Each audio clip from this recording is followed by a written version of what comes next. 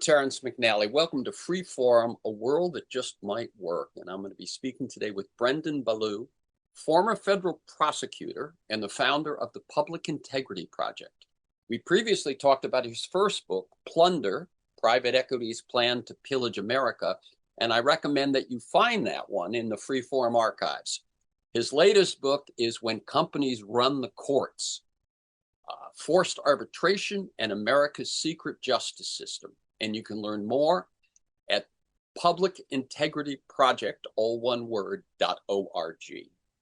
On Freeform, we explore the lives, the work, the ideas of individuals that I suspect have pieces of the puzzle of a world that just might work. We look at politics, economics, environment, science, health, culture, all based on the fact that I believe we can do better, and I want to find out how. The show plays weekly on the Progressive Voices Network on TuneIn.com, and podcasts are available anytime, anywhere on Apple Podcasts, YouTube, Spotify, most major podcast sites, and at my site, terrencemcnally.net, TerrenceMcNally, all one word, terrencemcnally.net.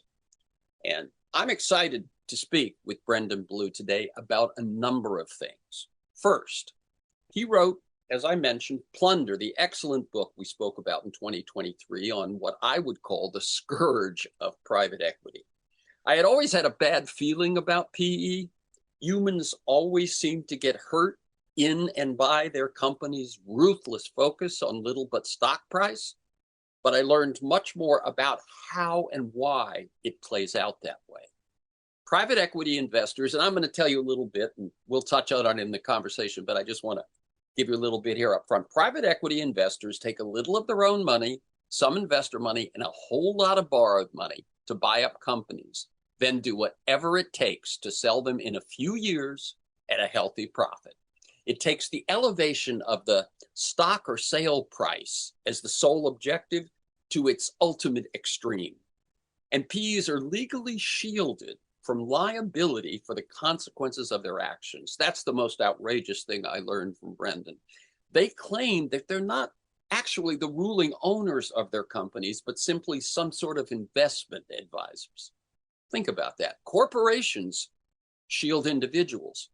Private equity shields corporations. Private equity is designed to embody what might well be the four greatest contributors to our economy and financial system that fails the larger society and the natural world. 1, short-term and small picture thinking. 2, focusing on shareholder return over employees, communities, even national and global consequences. 3, way too much debt. And 4, the evasion of liability. With PE, these are all features, not bugs. Please excuse the rant. In 2023, I wrote, Ballou also believes private equity can be stopped from wreaking further havoc, but we need the knowledge and the will to act. And so I look forward to an update on how we're doing in that fight. Second, as I mentioned in the intro, Brendan is the founder and CEO of the Public Integrity Project. The line I grabbed from their website is, quote, the Public Integrity Project raises the cost of corruption in America by suing the people, companies, and countries that seek to bribe government officials, as well as the government officials who seek to be bribed. Russ Feingold, the former senator, and Zephyr Teachout are among a standout legal team, and I want to learn more. Third, I want to talk a bit about Trump's pardoning practices with a former federal prosecutor, better yet, one where those he prosecuted are now among the pardons. And finally, Brendan's new book really strikes a nerve. I'll tell you just a couple of incidents from my own life. I was ill for a few days recently and thought it'd be a good idea to restore my fluids and electrolytes at a hydration clinic. Naturally, when I walked in, I was given a clipboard and a pen to fill out pages of information, which I guess HIPAA is what means we have to do that every time we walk in rather than just once. But so I did. I sat down, I filled out the pages until I got to the place for me to agree to be bound by forced arbitration. I informed the woman at the desk that I would not agree to arbitration. You see, I once got a 10 days in the hospital staph infection by having my knee drained in a doctor's office. Okay? Once you've been through that, you don't sign arbitration clauses. The woman at the desk said she'd have to contact someone in management, and a minute later, she let me know that I would not be served unless I signed, and I left. Brendan had an op-ed in Sunday's New York Times, which begins with these lines: America has a hidden justice system. There, decisions are made in secret, and judges are often paid by the very companies they're supposed to judge. In any other system of justice, this would be called bribery. We call it forced arbitration. And whether you realize it or not, you are almost certainly bound by it. In forced arbitration, victims usually lose.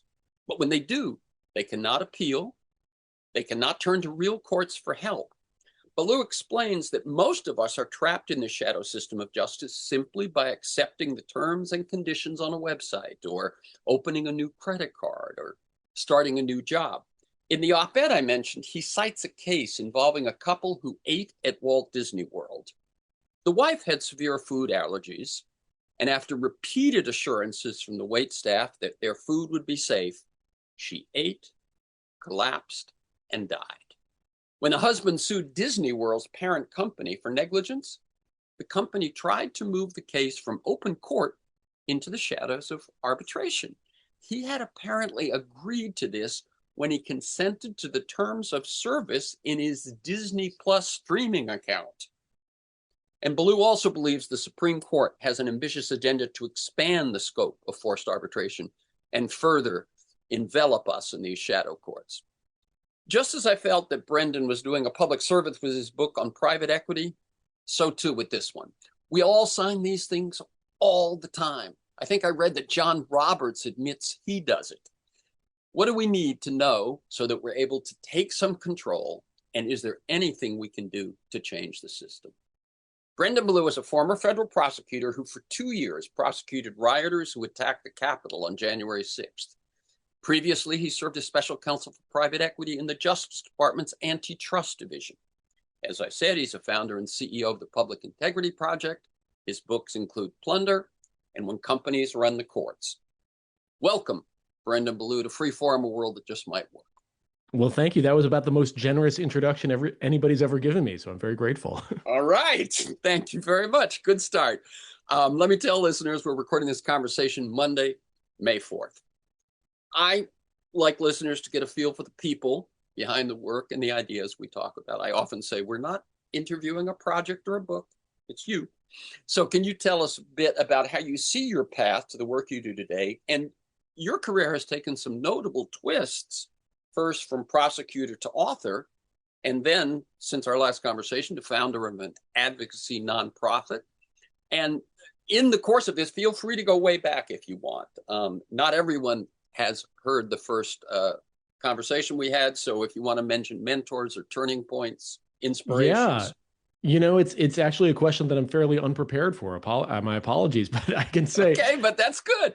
Yeah. Well, I'll start with the present and work backwards. You know, I would describe my work over the past decade as really being about corporate power. I think that, you know, so many people feel that large corporations are beyond the reach of the law, and that the justice system really is not built to work for ordinary people.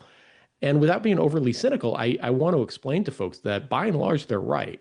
But explain it in a way that's grounded in my practice as an actual lawyer and prosecutor so that people can understand why the system so often doesn't work for them, but works for the very powerful, and what might be done to remedy that. You know, in terms of where I came to this, you know, my mother was a community organizer. I was raised by a single mom. My stepmother was a woman who was the first person in her family to go to not just graduate from college, but graduate from high school, and became head of the St. Paul library system. So I come from a public spirited family, but you know, ultimately, I think it's been sort of the way corporations have become so powerful in this century that has motivated my interest of late. Very good. So I do see the early inspiration in that. But so let's go into this. You were working as a prosecutor, and you decided to write a book. Now, not every prosecutor does that. What sort of was that moment? Yeah. So that one I remember very distinctly, which is, it was during the pandemic and in the depths of quarantine. I was working in the antitrust division, and the antitrust division of the Justice Department reviews large mergers, acquisitions to make sure that they're not going to be anti-competitive, harm consumers, workers, and so forth. So, for instance, let me just cut in for a second. That Yeah. would be like the current Netflix Paramount thing it's being reviewed right now, right? Yeah, but ideally without massive corruption. So yes, I think that's the work of the antitrust division. And I wasn't even reviewing any secret documents, but just looking at the news at the time, it was clear that an enormous number of companies were getting bought up by these institutions that I had never heard of. So, Blackstone and KKR, Apollo, Carlyle, and so forth. And so I just started researching private equity firms and started to understand the extent to which it not just affected my work, but was transforming the entire economy. And that's what sent me down that path. Yeah, no, that very striking. So let's talk a bit then about private equity. As I said, I want an update. So I gave my quick picture in the intro. Can you share anything I left out that listeners might help them get a sense of what it is and its likely consequences? Yeah, you summarized it exactly right. So private equity firms buy up companies and try to transform them in a few years with, hopefully that making a profit for them. Because of how private equity deals are structured and how the law around private equity firms operate, oftentimes private equity firms can profit even when the customers of the companies that they buy, the employees of the companies they buy, sometimes even the companies themselves are hurt or fail. So, it's a fundamentally sort of misaligned business model. And, in America, we tend to create bad business models every 20 years or so. If it's not private equity, then it's, subprime lenders or S&Ls or conglomerates or trusts or whatever it happens to be. So, the private equity business model has basically remained the same. I will say private equity firms through no fault of, through no action on my part or anybody else's, actually have really been struggling the past few years. The private equity high watermark really was the era of zero interest financing during quarantine. So it was incredibly easy for them to borrow money to buy up businesses. Now that interest rates have risen, they are really struggling, not just to buy new companies, but more importantly, to sell off the companies that they bought at inflated prices. Right, And because so, the other buyers are impacted by that same rise in interest rates. So in the position where they're sellers, they're now stuck with these companies that they basically denuded and defanged and did everything. No, you're exactly right. And I think that there are similar problems going on with what's called the private credit market, which is sort of an offshoot of, private equity firms increasingly do more than just private equity. So private credit is sort of the flip side of private equity. Instead of buying a company, you lend money to a company, but you do it as an unregulated, non-banking entity. So there are far fewer regulations around this. Well, exactly the consequences that tend to happen when you push money into unregulated spaces seem to be happening, which is a lot of these private equity firms have made bad loans that are now coming due. And so a lot of private equity funds are struggling, in some extreme cases, refusing to disburse or to allow their investors to withdraw money from their funds and so forth. So, again, not so much because of the work of, government regulators or anything else, but the industry is struggling. The last point that I'll add, however, though, is, private equity, private credit, these related industries are going to survive beyond this current moment. And so ultimately, if we're going to constrain private equity, it's not market forces that are going to do it. It's going to be regulation and public action. Yeah. So let me just say, I had heard or smelled whiffs of what you were just describing, but it's really interesting that basically, as you point out, the work of corporations and their planners and lawyers and everything is to find what is unregulated, what is unprotected, what couple of moves could we put together that would take advantage of this moment. And as you say, that moment for several years was zero interest rates. I think you're exactly right. If you look at the biographies of private equity executives and people that work at them, very rarely is their background in actual operations of companies in their specific industry. Their background tends to be in finance and law. And so, unsurprisingly, the expertise, such as it is, that they're bringing to these businesses is legal and financial engineering expertise. And so, a lot of that is about trying to find underregulated or unregulated spaces. Yeah, and one of the notes I took from our previous interview was that you had said that, just as you sort of repeated, their success is not in running businesses, but in using and abusing the financial system. And you said one of the most successful, they are now one of the most successful, this was 23, in lobbying governments, including hiring government veterans, Newt Gingrich, Timothy Geithner, General Petraeus. One thing that I couldn't help but be struck by as reviewing this, Brendan, for this conversation, was that Newt Gingrich, Timothy Geithner, and David Petraeus all kind of had massive failures in Yeah. those government roles. Yeah, that's a great point. Yeah, no, I mean, I guess success or failure in government doesn't necessarily matter so much as your connections within government. I mean, that's and your what the role of a celebrity lobbyist kind is. of Exactly. yeah, yeah, crazy. Okay, so I think that is salutary news, which I hadn't really expected, which was that as conditions change, entities that were created to make the most of previous conditions may end up, in trouble. But as you say, they will survive. They'll figure it out, and we've still got to regulate. Exactly. Yep. Thank you. Okay, let's move on to pardons. You were a federal prosecutor. Can you tell us a bit about what you dealt with in that role, just so people kind of know what sorts of cases, issues, crimes, and so on? Yeah. So most of my time in the Department of Justice was spent in two offices. So the first I've already mentioned, which is the Antitrust Division, which deals with corporate wrongdoing by big businesses. So I was involved in both civil and criminal matters over there. But then I also spent 2 years in the DC U.S. Attorney's Office working on January 6 cases. And, the folks that attacked the Capitol that day. I always try to make clear, I was a very small part of a very large team that was involved in that. We prosecuted 15, I think 1,500 people by the end of it. But I was involved in, I think, 7 federal trials of January 6 defendants, investigations and pleas of many more than that. So it was a really interesting experience in that, it was such a vastly different kind of defendant than the corporate defendants we were used to dealing with. And yet, in some ways, I see both of them as attacks on democracy or on the rule of law more generally.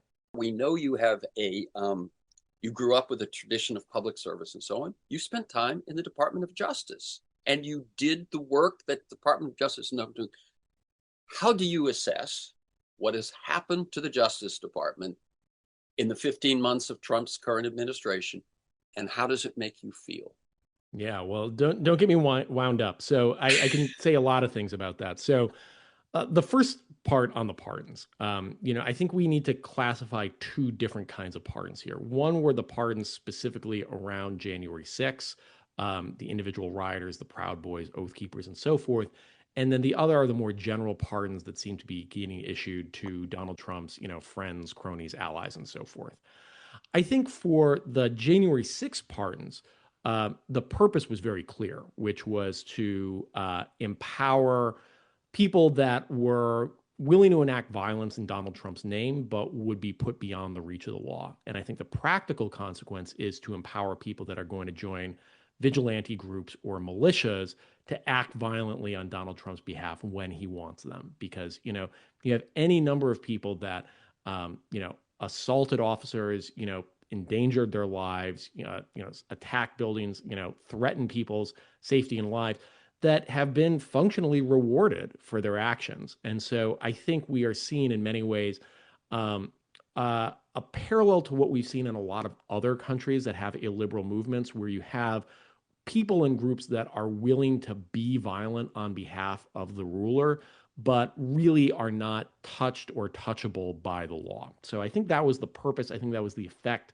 of the January 6th pardons. And let me just jump in for a second. What I could see is that one, you kind of encourage those 1,500 to go at it again, and two, you show anyone else who might be inclined that, hey, no sweat.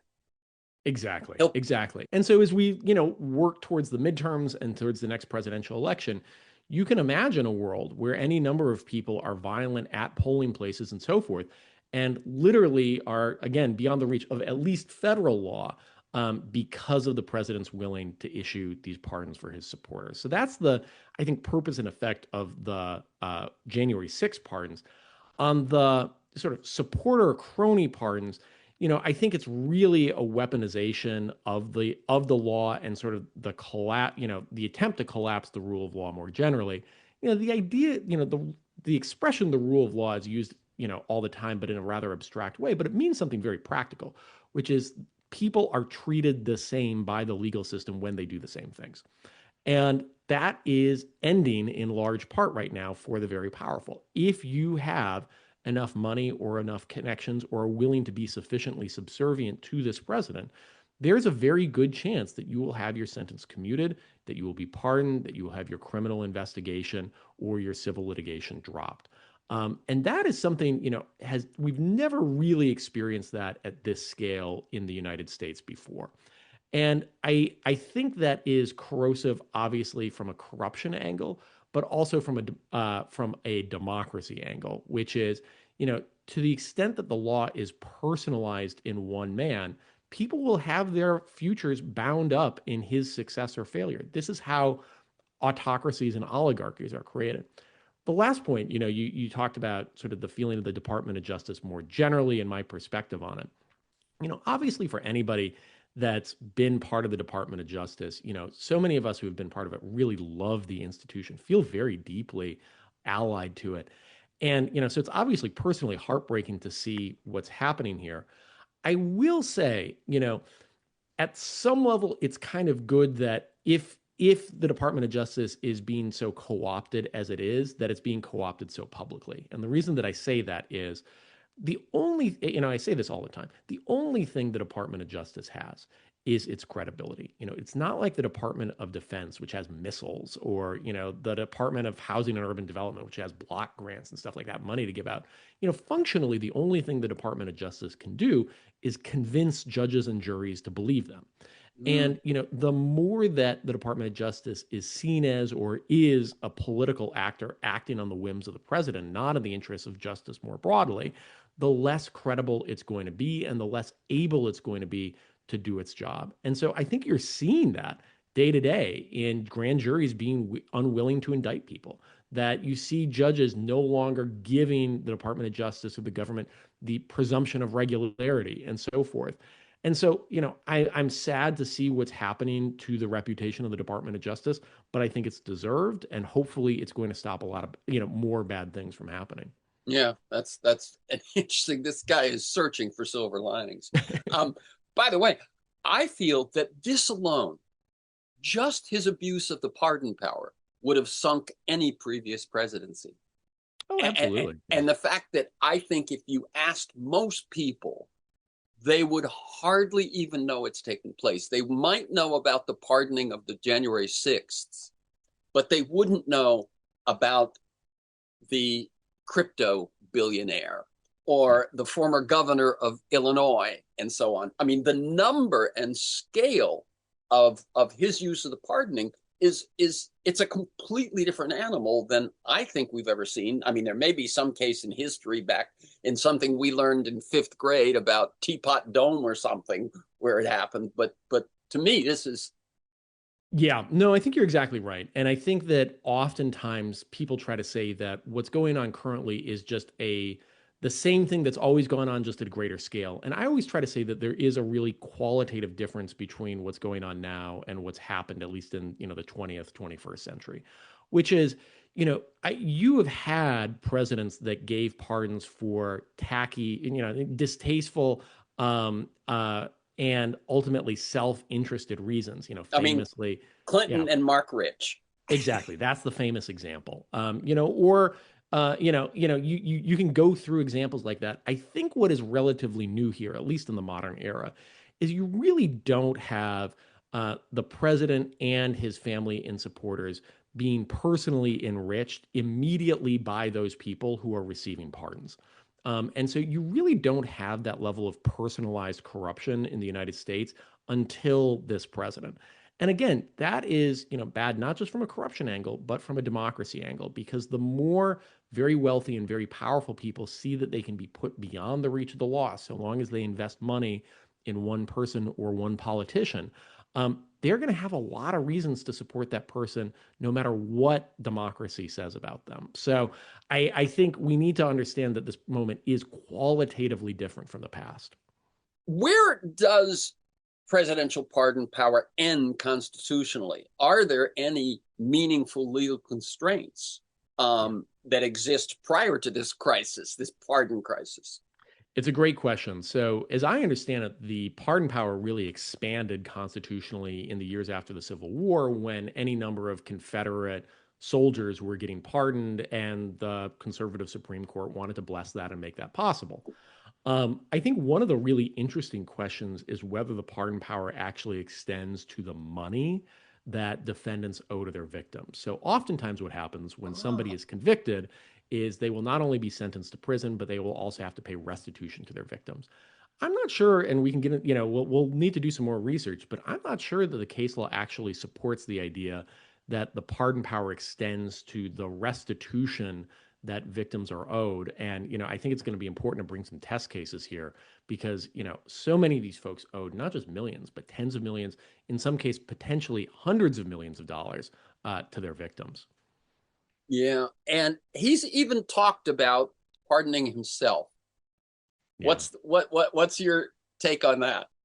I mean, I think ultimately it's going to be what the Supreme Court says, and they have been enormously supportive of this president. So we'll see what Yeah. they can get away with. I think that the perspective that I have is I imagine that the Supreme Court understands that that would be enormously unpopular. I also think that they want to protect this president and specifically and the presidency more generally, and so might support the idea of any action that would prevent a future prosecution of this president. Wow. I mean, as they did so largely with their immunity ruling, which has allowed him to. I mean, their emoluments applied to other presidents. Yeah. That I mean, the ban on emoluments in the Constitution applied to other presidents, but them having given him criminal freedom from any actions that he can call official duties. All the stuff that's going on with him and his family may be out of the reach of prosecution, right? At least for him, in large part. Although I certainly wouldn't say in all forms. But for me personally, that decision, the Supreme Court's Trump v. United States decision, was probably scarier for me than even January 6th in some ways, because it was a clear sign that the Supreme Court was really invested in making sure that President Trump was put beyond the reach of the law. Yeah, and of course, going back to when that decision happened, they took the hypothetical of a future president being afraid to act boldly for fear of prosecution by a successor, gave that more weight than the fact that there was a convicted felon running for president at the time. Yeah, yeah. I would much rather have a president comply with the law than act boldly. I don't think that we have a lack of boldness in our presidents right now. And here's one that I think I want to touch on before we move into the arbitration issues, and that is the model of ethics and relationship to the rule of law that, let's say, a young male who was 15 in 2015, who is now 26, and for the last 11 years, as he was forming his identity and his values, he has seen defiance of law, ignorance of law, etc., as the actions of the most powerful man in the world and and just what that does to a society. Yeah, it's a great question. I taught a class on January 6th last year with a lot of undergraduates, and it was interesting. Obviously there's a self-selection issue, so you don't really have any sort of folks that might be, really enamored with, sort of the president's bravado, because if people were signed up for a January 6th class, chances are very good they were probably horrified by that day. So obviously there's a bit of a selection bias issue. That said, it was fascinating to get to talk to these young kids about exactly that issue that they've been living in, for what us seems like an anomalous political moment. That's been their entire political lives. I will say it was both heartening and concerning talking to these students. Heartening in the sense that I think that they were taking the issues of the present moment incredibly seriously and were concerned about protecting democracy. And I think had a very broad, empathetic view of how they should be acting in the world. Conversely, though, I think it was very concerning in that I think a lot of the students were very scared to speak up in the present moment. A lot of them were saying, I am afraid of being doxxed. I'm afraid of being identified online. I'm being afraid of not getting a job after I finish college. And so, I think the era of sort of free speech that all of us grew up in doesn't really exist in the same way, at least in this current administration, and how people are reacting to it. And I think that that's something that young people are dealing with as a reality that maybe some of us older folks, aren't used to. Right. I mean, even the fact that I'm willing to shoot off my mouth and so are you. And yet, you're right. I keep hearing that in college, this is not the case. I mean, that, Mm. that what should be the hotbed of controversy and exchange of opposing views is not that, because not so much because of prosecutions, but because of the chilling effect. Yeah, yeah, very Yeah. scary. Yeah. So I think that pay to play pardons is an excellent segue to your founding of the Public Integrity Project. But before we do, let me tell people this is free form, a world that just might work. I'm Terrence McNally. I'm speaking with Brendan Ballou, former federal prosecutor, founder of the Public Integrity Project. And his latest book is When Companies Run the Courts, Forced Arbitration, and America's Secret Justice System. You can learn more at publicintegrityproject.org. So, the Public Integrity Project. What is it? How did it come about? This is quite a reach, an expansion for you, I would think. Oh, well, that's kind of you to say. I think of it as sort of a natural progression in terms of, the idea of working on corporate power and making sure that people, actually are able to have the rule of law and justice in their lives. I think, well, I should say, just to describe it, we're a very small, very new public interest law firm. We began January 1st. The goal is to raise the legal and reputational cost of corruption in the United States. We have been looking at ways to sue both government officials and folks outside of government. We've brought two major cases so far. We sued the president for refusing or for approving the sale of TikTok's U.S. assets to various administration allies in clear violation of the law. We've also sued on behalf of Katie Fang, a prominent journalist, for the Attorney General's failure to comply with the Epstein Files Transparency Act and produce many of the documents that they were supposed to. Got a number of projects sort of in the works as our new thing takes over. But to the extent that the antitrust work that I was doing, to the extent that this private equity or forced arbitration work is the idea that corporate power is something that hopefully we should be fighting so that ordinary folks have the same access to justice as the very powerful. I think of the Public Integrity Project's work as just trying to put that basic thesis into action in the courts. And it looks like most of the cases that I saw little summaries of have to do with interactions with government. Will there be cases of corruption that do not have anything to do with government, that are just corporate corruption? Or Well, ultimately, I see corruption as I think of it as corruption of the government, although you're exactly right. There are ideas of like corporate bribery and things like that. I think maybe one way to interpret your question is, will there ever be defendants that are corporations rather than just government officials? And certainly that is our ambition. So, these first initial cases, the violations of the law by the government were so obvious that they were good ones to prioritize at the outset. But now that we're entering our fifth month of existence, hopefully we can start taking on sort of a more expansive group of potential defendants. what has been the response so far? I, Not overwhel- necessarily in the courts, but just to the You know, Yeah, no, it's been really exciting. I think people have been um, really responsive to the project. I think that there has clearly been people have felt that there's an enormous need to go after this sort of public corruption and a feeling of helplessness in doing so. That, obviously the federal government is not interested in pursuing this sort of corruption. I think people have felt powerless to do anything about it. And so, us being able to talk about specific cases that we're bringing to try to pursue corruption, I think has been very empowering for folks. how did you recruit your team? Well, it's a tiny team of six I people, so we're know. pretty small. We're pretty small. So it was former Senator Russ Feingold, as you mentioned, joined our advisory board at the beginning. Zephyr Teachout as well, Kelsey Corcoran, who's a very experienced Supreme Court litigator, and then just various folks that we knew either from former government experience or from connections who had really great civil litigation skills. And we actually just posted a new job today. So if you are an experienced civil litigator looking to do anti-corruption work, we're in the market for folks like you. And let me just tell people that I have in the archives an episode with Russ Feingold and Peter Printville about their book from, I guess, about a year and a half ago, maybe, about Article 5 constitutional conventions. But I recommend Feingold. For many of you, probably was half of the McCain-Feingold financial rules, which no longer exist. But he's quite a heroic public servant, I think. Absolutely. Your goal with the Public Integrity Project is to raise, as you say, the legal and reputational cost of corruption, but reputational costs seem to matter less now. Political figures survive scandals that would have ended careers.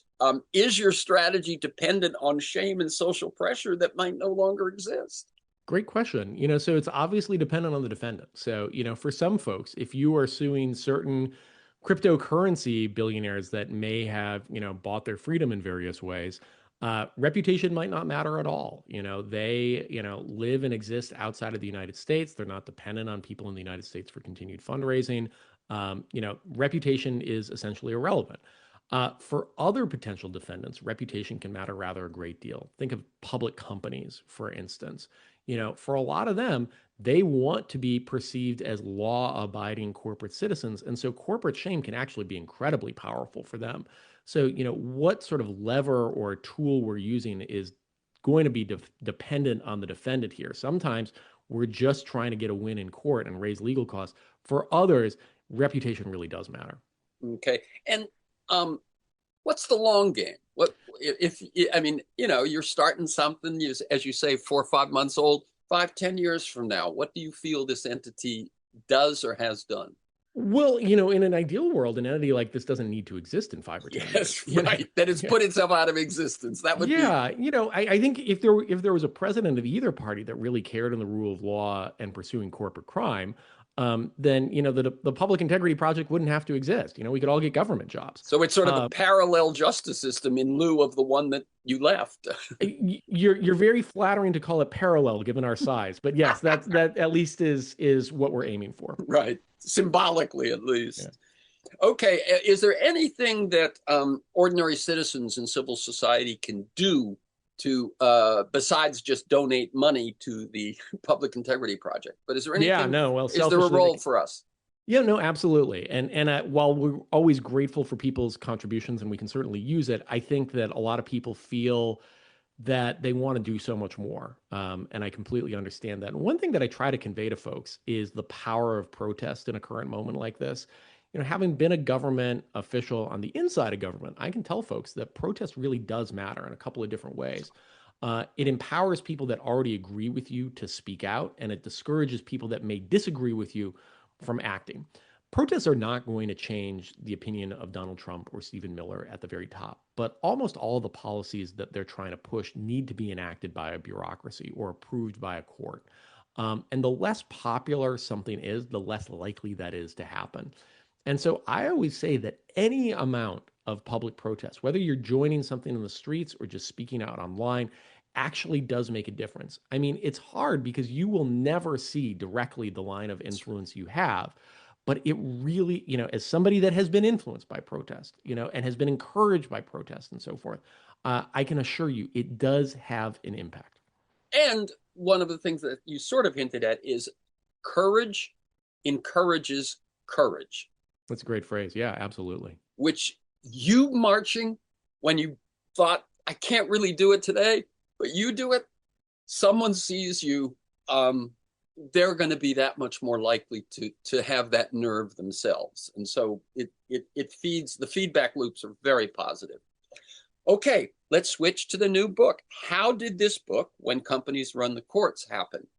In my intro, as you saw, I related it to plunder as being similarly taking something which affects all of our lives, but we don't see, and putting it in public. Is that sort of? I think it's exactly the same sort of trick that we were trying to do with private equity. I'll say, it kind of goes back to what we were talking about with earlier motivations here. I think that most people feel that the justice system is profoundly stacked against them and against ordinary people, and that the rich and corporate interests really have enormous advantages in the courts. And I wanted to explain to folks that by and large, they're absolutely right. But I think it's sometimes unhelpful, or maybe a better way of saying it, it's sometimes paralyzing to just talk about that in the abstract. And instead, I wanted to explain to people in a very specific way how companies were being put beyond the reach of the law in a lot of circumstances. And so by focusing on forced arbitration, how it is shaping people's lives, how it has come to be, and what we might do about it, I thought it would be both enraging for folks, but also hopefully empowering. Yeah. And as I said, even more perhaps than private equity, which people will, if they do a little research, realize they're encountering, when their parents are in a nursing home, or they're trying to buy a single family residence, those sorts of things, or go to emergency room. We, I think, kind of know that we sign these things, but we just can't be bothered thinking about it. Yeah. Well, I think you can say we can't be bothered, but also there's nothing that we can do about it for the most part, which is exactly what the situation that you had with your doctor, which is, these are take it or leave it contracts. And sorry, perhaps we should take a step back and just explain. I think it's Yes, implicit yes, for many people. yeah. But let me take a step back from that and say, how did how did that moment, with that itch you scratched, that moment when you said, I got to do one on arbitration, I got to do force, or even looking at what else would I make a contribution writing about at this point? I mean, that sort of moment. Yeah, and the project began as a sort of broader story about the Supreme Court supporting corporations, but I realized there's a line from the TV show Andor that something to the effect of, it's easier to disguise things through 50 atrocities than through just one, and I realized that just by focusing on one story, it might be more illuminating for folks about how the court so often operates in corporate interests. I also say, for as a practicing lawyer, I think pretty much anybody that's a practicing lawyer that has dealt with the case law around forced arbitration, it is infuriating in ways that are is almost hard to describe for non-practicing lawyers, and how untethered it is from the actual sort of work of the law. And that essentially the court has just been making it up for about 30 years, largely without consequence. And so I knew that for lawyers like myself, this would be an especially infuriating story. Um, okay, and now go back to what is forced arbitration? What what do people need to know? Kind of that whole big picture. And if you want to, we've got about 13, 14 more minutes. If you want to, in answering this question, go into some of the anecdotal incidents that bring it home to people, feel free. Yeah, absolutely. So, forced arbitration is a private alternative to the public justice system. So, ordinarily, when you're harmed by a big company, at least in theory, if you are discriminated against, cheated against, if somebody in your family is killed by a company, you should be able to sue them.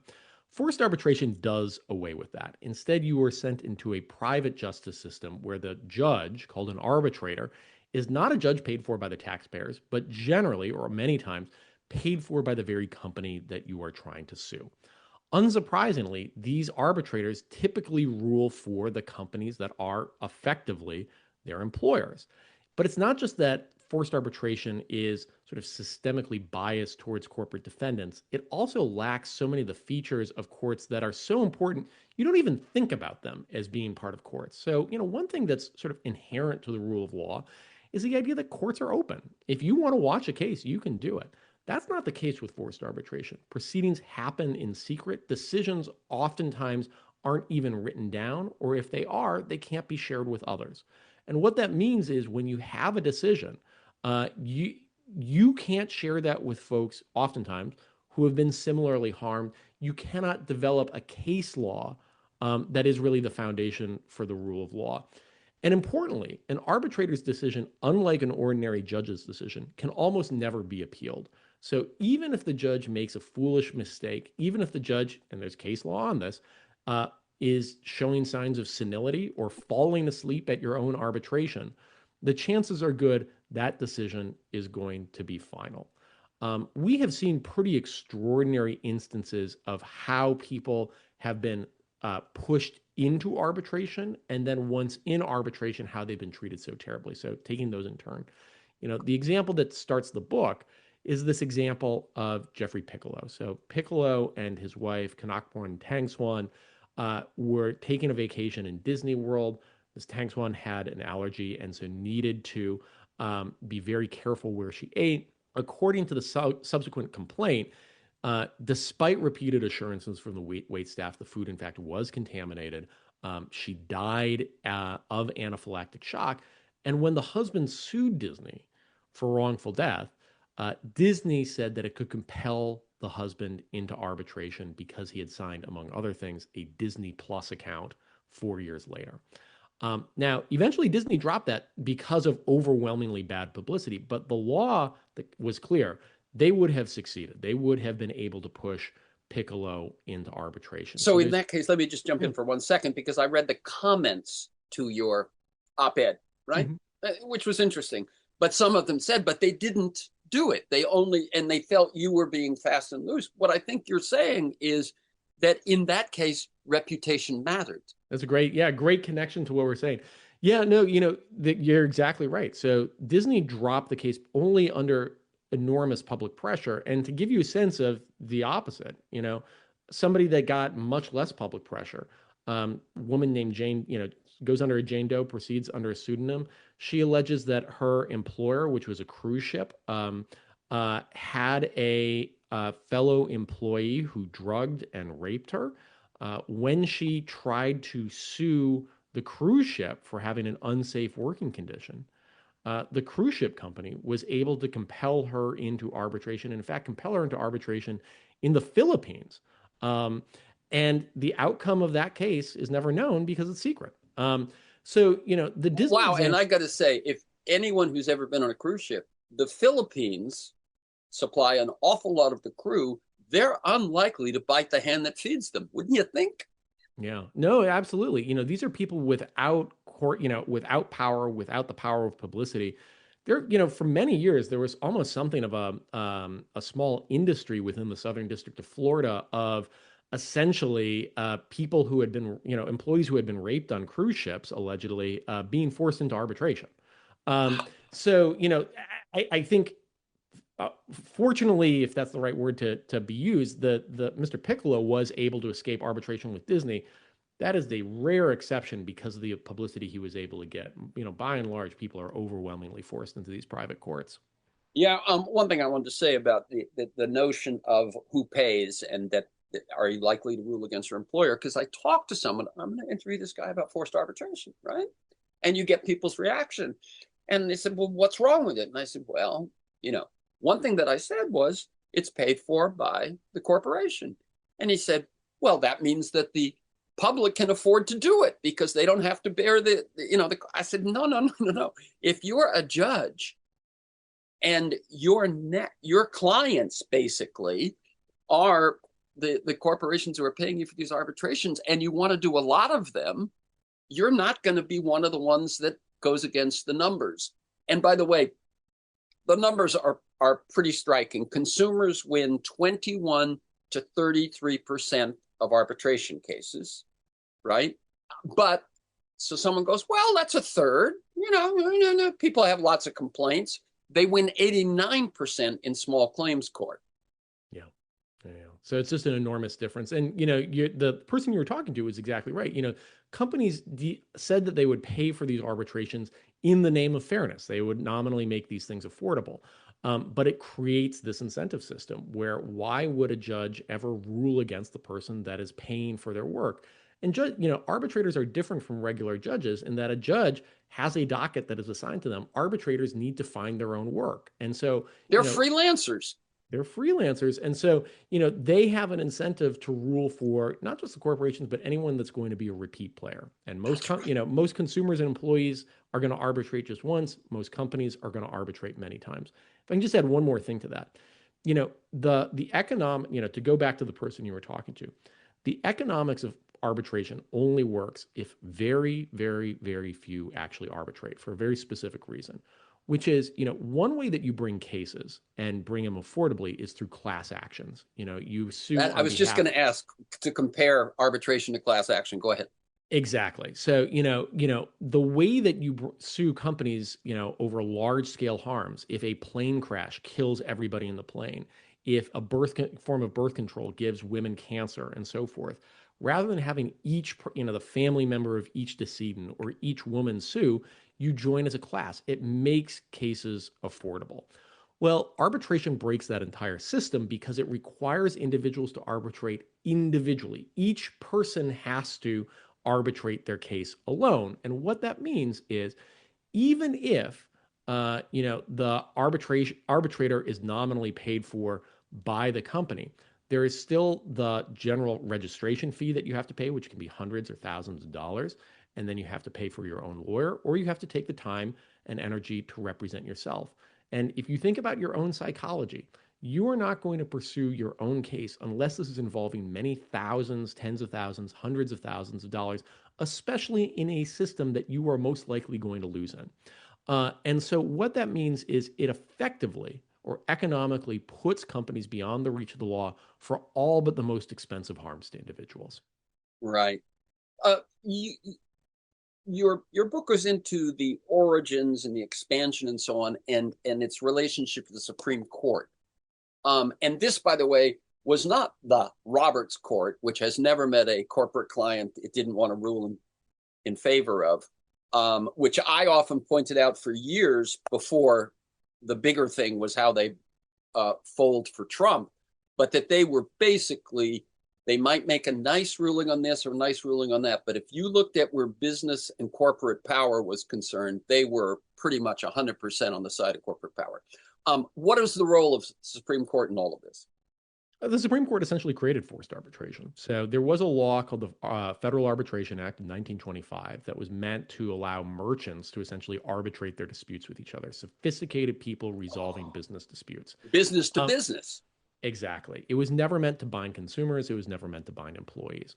The Supreme Court, beginning in the 1980s, reinterpreted that law far beyond what the text required, far beyond what the history required, to bind not just employees, but also customers to be allowed in so-called contracts of adhesion, those take it or leave it contracts that you were forced to sign the other day. And they allowed arbitrators to not just decide whether contracts were violated, but whether the law was violated. So arbitrators can now decide if, for instance, you have been sexually harassed, if you've been discriminated against, if your consumer rights have been violated. And so suddenly you have private judges interpreting public law in a way that can almost never be appealed. Why the secrecy?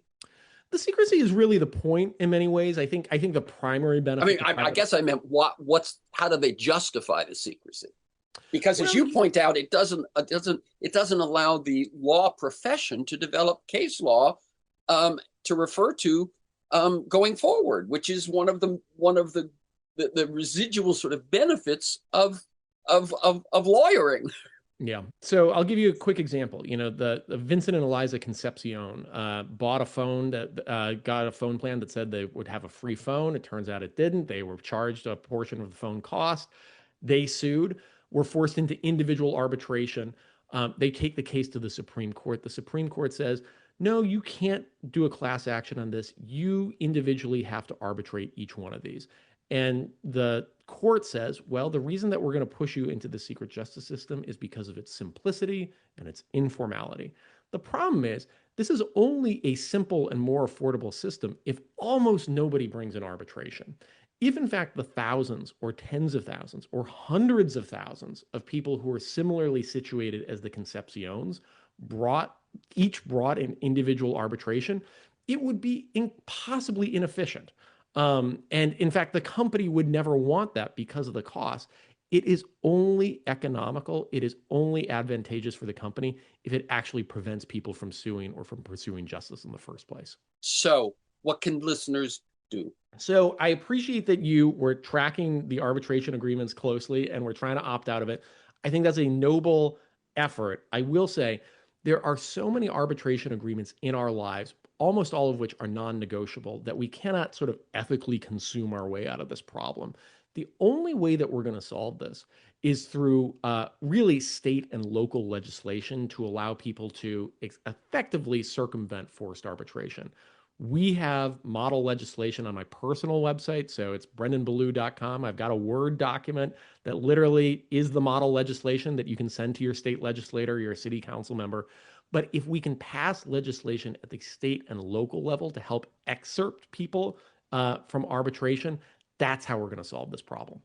And in fact, I mean, that is happening. Am I Yes. correct? There are states that have, and there's more states that are about to. And this really does. There is a parallel system.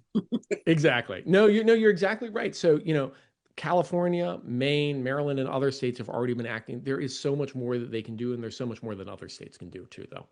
Okay, so I'll give you a closing statement, which can be about corruption, about current corruption, and so on. Just what do you want people to hear and know? It's a great question. I think you talked about me finding the silver lining and things, and part of it is I think if you're speaking in the public, don't speak in public unless you have a solution for something. I think it's sort of useless for people to just come on and moan about things. But it's more than just that.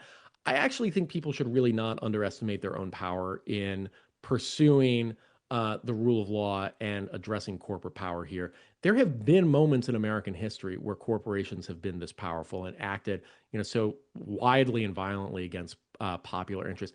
And we actually tamed corporations. We did it in the progressive and populist movements. We can do it again. So and we did it to some extent again in the New Deal. Exactly. I mean, exactly. We did it. It turns out it calls for a Roosevelt. Yeah. So it can happen because it's happened before. Right. And I mean, everything that has an upside has a downside and vice versa. But I mean, people can connect more easily today than ever, and mass movements can happen on issues like this. So again, the new book is When Companies Run the Courts, Forced Arbitration and America's Secret Justice System. I highly recommend it. You are signing these things. You should know what you're getting yourselves into. And you can learn more at Public Integrity Project. That's one word, publicintegrityproject.org. Thank you, Brendan Ballou, and keep up your good work. Thank you. For this conversation and many other interviews and articles, to join me in pursuit of a world that just might work, go to terrencemcnally.net, TERRENCEMCNALLY.net, or A World That Just Might Work, all one word, aworldthatjustmightwork.com. They're the same website. If you want to get my weekly email announcement telling you who's going to be on, what we're going to talk about, and links to probably 15 articles to flesh out the conversation, email me at TEMcNally, TEMCNALLY @mac.com, or sign up at my website. You can subscribe and listen to the Freeform podcast at most podcast sites and at my site. And you'll find hundreds of previous episodes in the archives. Finally, thanks to Kiana Williams in production, George Vasilopoulos at Progressive Voices, and most of all, you, my listeners, please share this podcast widely.